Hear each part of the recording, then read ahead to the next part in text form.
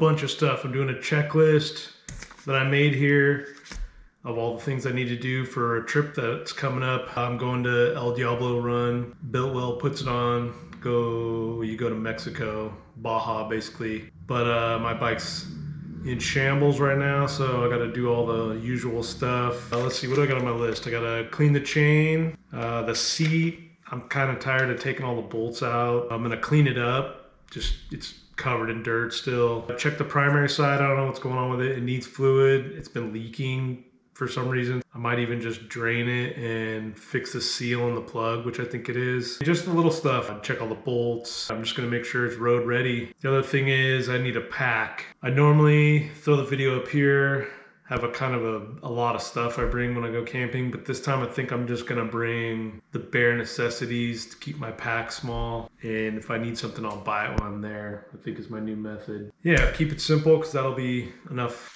stuff to do. Oh, throttle tube, I got to start on here. Every once in a while, it's good to check your throttle tube. They rub against the housing and they wear out. I've seen them break, so it's good to check that. Mine's really worn out. I think it's metal. I'll put a plastic one in there. That'll last for a while. Like, subscribe, comment, check out my other videos, see what's going on with me. And I got a merch store, deathmetalcycle.com. Check that out.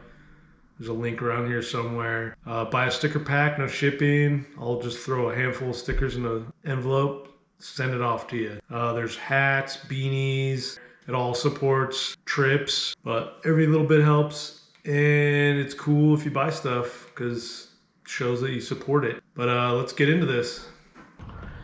All right, first things first, I forgot that I didn't really fix the exhaust. I bought all these brackets and the back one works, but the front one, I couldn't figure it out. There's too much stuff going on. So I'm thinking I just need one bracket to hold the exhaust on. That'll be perfect. I always had two on my bottom because it's so long, but I think one will be fine. And I just gotta try to take the bracket off on the front, which is a pain in the butt. But let me show you what I got going on. Okay, so I got this one held up in the back. This one broke. And then I had one in the front just for safety.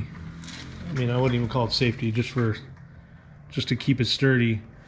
But I can't for the life of me figure out how to get it on there without welding another tab. So I'm gonna take this off. I think that should be enough to hold the pipe. This alone is pretty strong. I'm moving the whole bike. Top one's never had a problem, but I got a big old crazy clamp on it. So I'll just button that up, call that a day, and then I think I'm gonna move on to the seat. So let me chip away at this.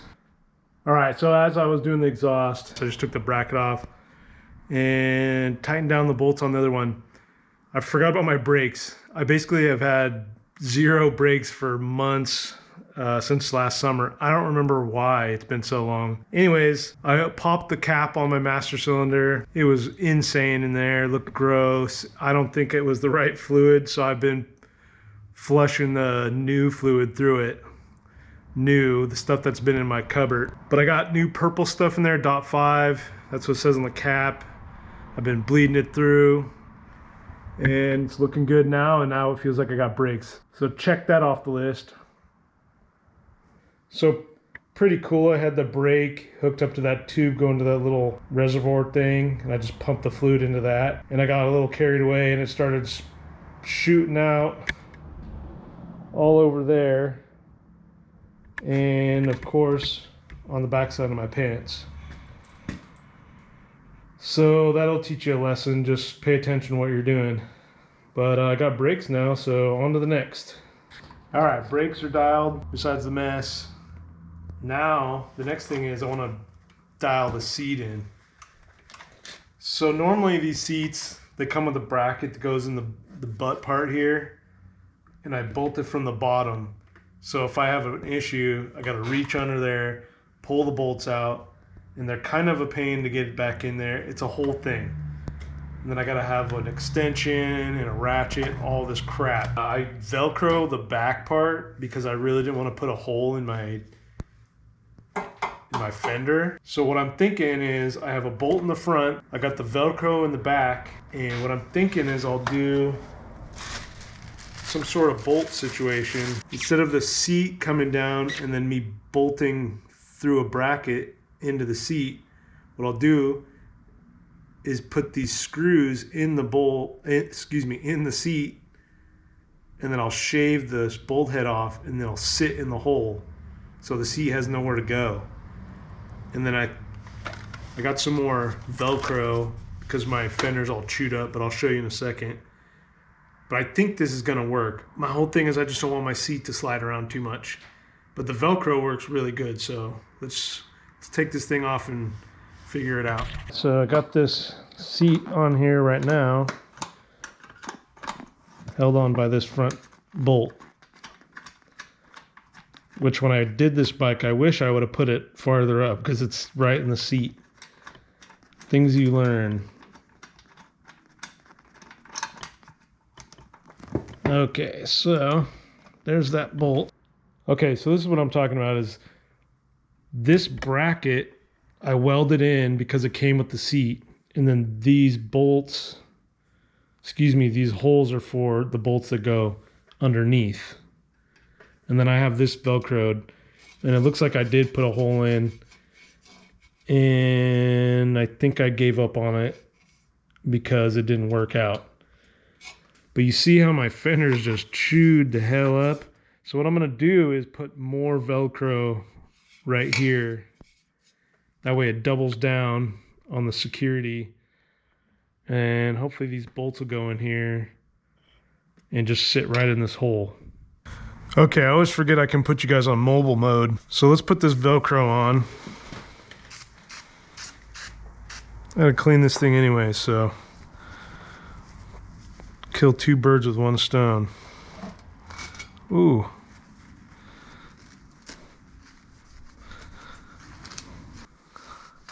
This bike's been on a lot of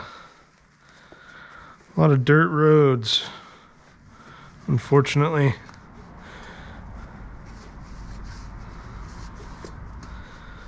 Okay, I won't get too nuts.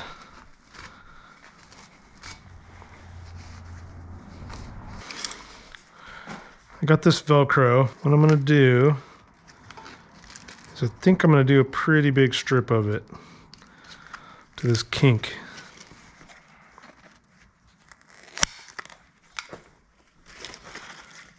There we go. I guess I could have put it all the way, but it really doesn't matter.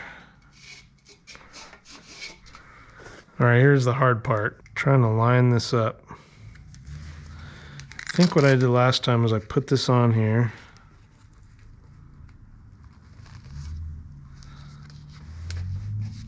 And then I put the seat on top. So this Velcro kind of sucks, but then once you sit on it, it never comes back up. So you kind of have to force it. Okay, without touching it too much. Okay, let's get this seat on here. And I'll try to sit on it.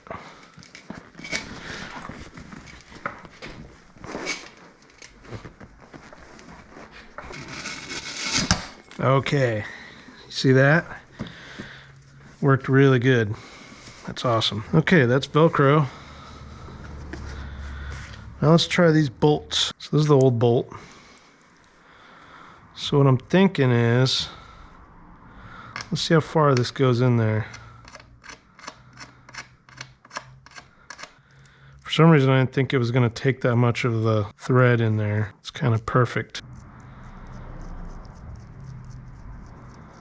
So what I'm going to do is I'm going to put a washer on here. I might even put a leather washer under that. Put this bolt on there. Like that. Put that in there.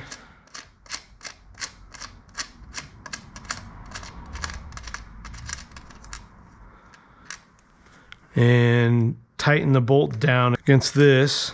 And that should be it. But I gotta grind this down so it's like a nub coming out.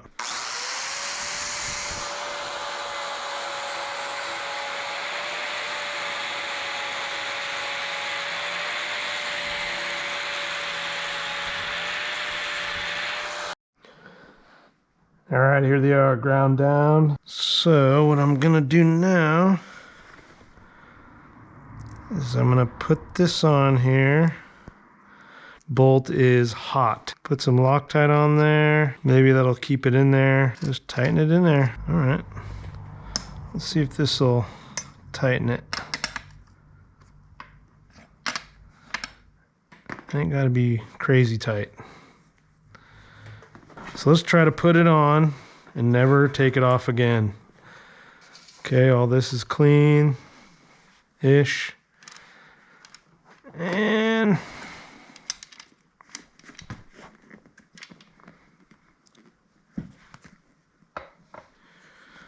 okay, I didn't really think about this. There's going to be a hell of a gap with these on there. So what I'm thinking is I don't even need them. I got them all the way in there. They're pretty loose. They're definitely going to back out. My only concern is if I'm sitting on this thing, am I going to feel that? But only time will tell. So now I should be able to just put these in there and everything should be good. Okay, that's the seat.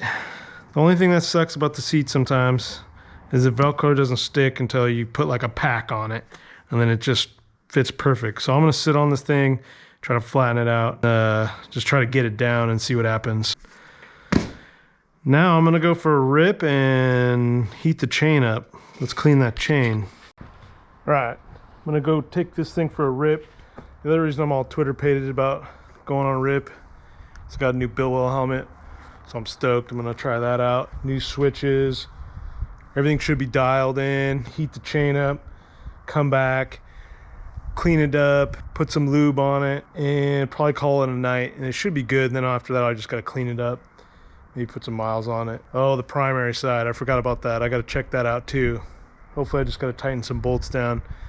But yeah, I'm gonna go for a rip. All right, now I'm gonna clean this chain. I'm gonna use WD-40 and just kind of hit the inside of it first.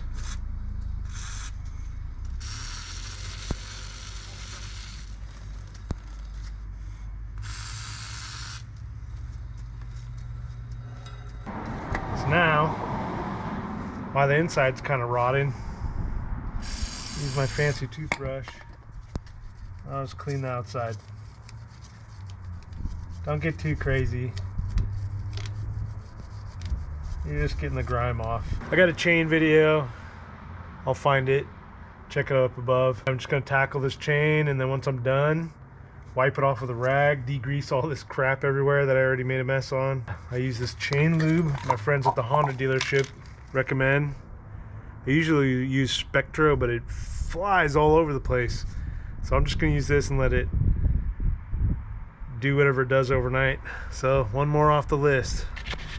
All right, it's the next day. I stopped filming, I just started tackling stuff. I cleaned the chain, got it all dialed in. That was pretty easy, and then I, for some reason, just started going to town on all the chrome, buffed that out. Just started cleaning everything. Okay, yeah, I put some new oil in it. I found this stuff, had good reviews, and it's got a bunch of extra crap in it. It's for racing. The other stuff I was using was pretty thin. I could notice my bike was just running on water. Wasn't really doing much. So hopefully this will work a little better. And then my other thing was my primary side it has been leaking really bad. Not bad, but it'll pool up a little bit and spray out the breather. And so I figured, man, that thing's gotta be running bone dry. It's been months and months and months. I took the cover off and the fluid's freaking perfect. So that's a little strange. Whatever, put it back on, call it a day. And the only thing that sucks is my seat here. The seat here won't go down. The Velcro's kind of doo-doo. So I'm hoping that'll fix itself. Otherwise, I'm gonna have a bag on top of it anyways. So I'm gonna go for a rip on this thing now it's been overnight and let the chain loop fling all over and just see what else I need to do. Give it a once over. I gotta pack all of my electronics crap. I gotta get my tool roll in order. I haven't really done that in a while, so I gotta make sure I got all the things I need in it. And that's it, man. Everyone dropped like flies, so it's just me and another guy, but we're gonna pal around, cruise around California for a bit, and then head to EDR. So yeah, the next video is just gonna be, I don't know what it's gonna be. I'm just gonna film as I go, see what happens, but I'll be in Mexico, San Fran, and wherever else in between. So yeah, like, subscribe, comment. Have you gone to EDR? Yeah, and I'll probably do one on just story time after that video. So stay tuned, check previous videos, link above for the last EDR I went on, and hopefully I make it back.